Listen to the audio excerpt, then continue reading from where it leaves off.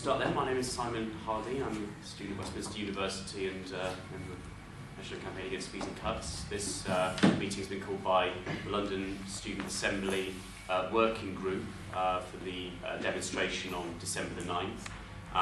We thought that we'd call it so that we could explain to you the negotiations that have been happening with the police and where we're at and what our plans are on the day. To my right is Michael Chesson, who's a UCL SAT officer, been involved in the UCL occupation. To my further right is Mark Bergfeld from Education Activist Network and the NUS National Executive Committee. And to my left is Claire Solomon, who is University of London Union President. So, who would like to go first? I'll go first then. Okay, Claire, go first. Okay, hi, I'm Claire Solomon, President of University of London Union. Hi. We've called this press conference today to, as Simon said, to let you know about what we're doing tomorrow for the national demonstration. On Sunday, we discussed and debated what we want to do for a demonstration at the London Student Assembly. It was a packed meeting. It's very democratic. The motion passed to call for a march to Parliament. We have entered into discussions with Scotland Yard and tried to agree a route with them. We are highly disappointed when the police have said to us that they cannot guarantee containment, as they're calling it. We call it kettling tactics, and that we were rather naive to think that they would also not use horse charging where necessary. We think this is disgraceful that they can't promise not to do this when there are people as young as 12, 13, 14 on the demonstration, and we call for them to allow us to exercise our democratic right to march on Parliament against the tuition fees vote, which is taking place tomorrow, December the 9th. And I hand over to other people to talk about various other issues, but we call on everybody to come to the demonstration. It starts 12 o'clock tomorrow at ULU. We have many people speaking at the opening rally, including Ben Oakrey, the novelist, John McDonnell MP, those trade unionists, FE students, and people from occupations. So we call on everybody to come here for a mass national demonstration. Thanks, Claire. Michael, would you like to go next? Yeah, sure. What I do is I thought I'd set the broader context of the vote. I think what we've seen over the last few weeks has been the biggest and most meaningful movement. We are for the first time becoming a serious mass movement. Students everywhere are agitating about this. There is an enormous level of anger on every campus.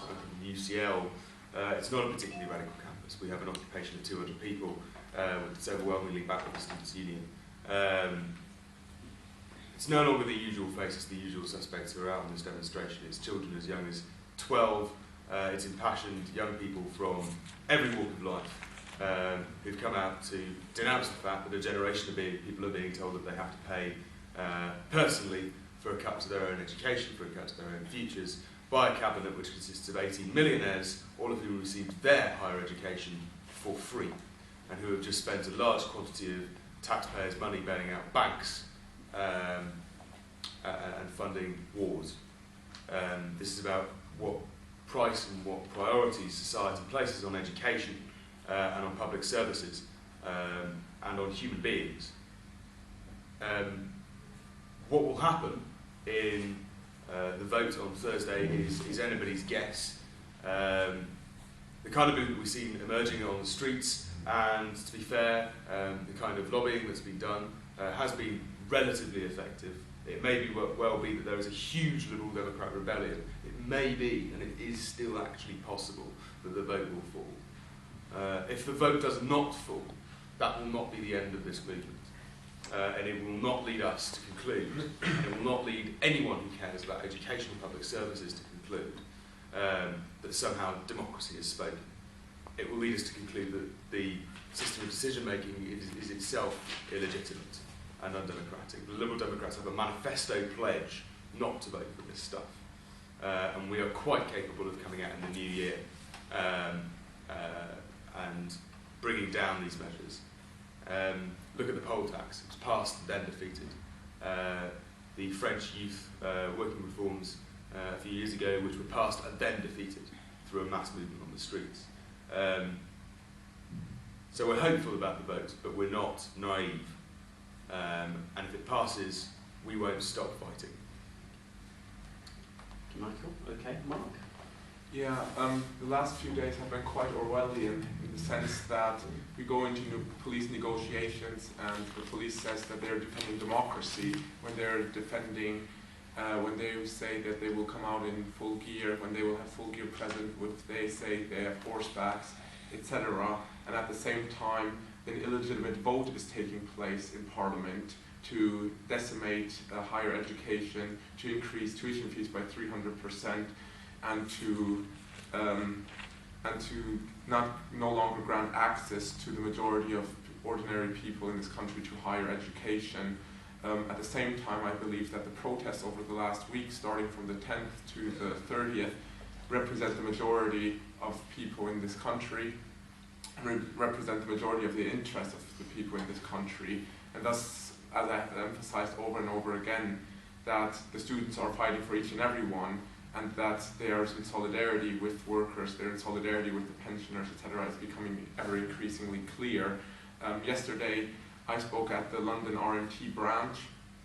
The two workers which have increasingly faced the same witch hunt by the media, by the police, that the students have been facing since the 10th of November demonstration, and they have pledged their full support with the student protest tomorrow. We'll be bringing a delegation to the protest, and not only will they be bringing a delegation to the protests, they will also be announcing at the tube stations over the speakerphones that the student demonstration is going to be taking place, and that they urge people to come down to the demonstration.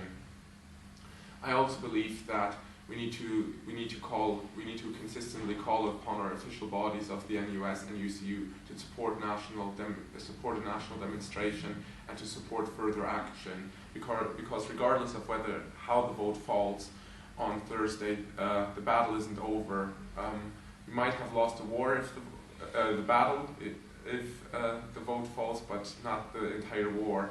And I think our side has been strengthened through the recent wave of occupations, the sit-ins, the student strike actions, and the lectures calling for walkouts, and the coalition side has been weakened. In terms of the demonstration tomorrow, I think what we're asking the police is to not confront the demonstrators, of exercising their right to protest, of not using the tactic of kettling, of not using the tactic of dispersal, and of not intimidating protesters by massive police repression. We believe that police estimates that more than 30,000 people are going to come into the streets, and that the demonstration will be hijacked by violent minorities. We believe that isn't the case, and is just being used as a pretense to ramp up police action against the student protesters, trade unions, and other people who are fighting for free education, who are fighting against the cuts in the annual teaching budget and the slashing of EMA. Mark? I'll just say a couple of words myself and then we'll open up to questions and answers. The first point I want to make is that it's quite clear that the concessions that have been rung from the government in the last few weeks, particularly in terms of students from lower income families or backgrounds not having to pay necessary tuition fees initially when they go to university, is proof that protest works. However, these compromises that the government is trying to reach with us are not enough. We do not agree with the politics of appeasement at this stage. What we want to do is build a movement which stops the entire cuts agenda for higher education and further education. I think it's proof as well that this is a weak government that we are facing, and when they see further protests around the public sector cuts in the new year, we'll see how they respond to that. I think it will be in a similar way. I also want to echo Mark's point about the outrageous comments from Bob Broadhurst, the police chief, talking about violent youths hijacking demos. This is a cynical attempt by the police to preemptively criminalise the demonstrations. We reject it utterly.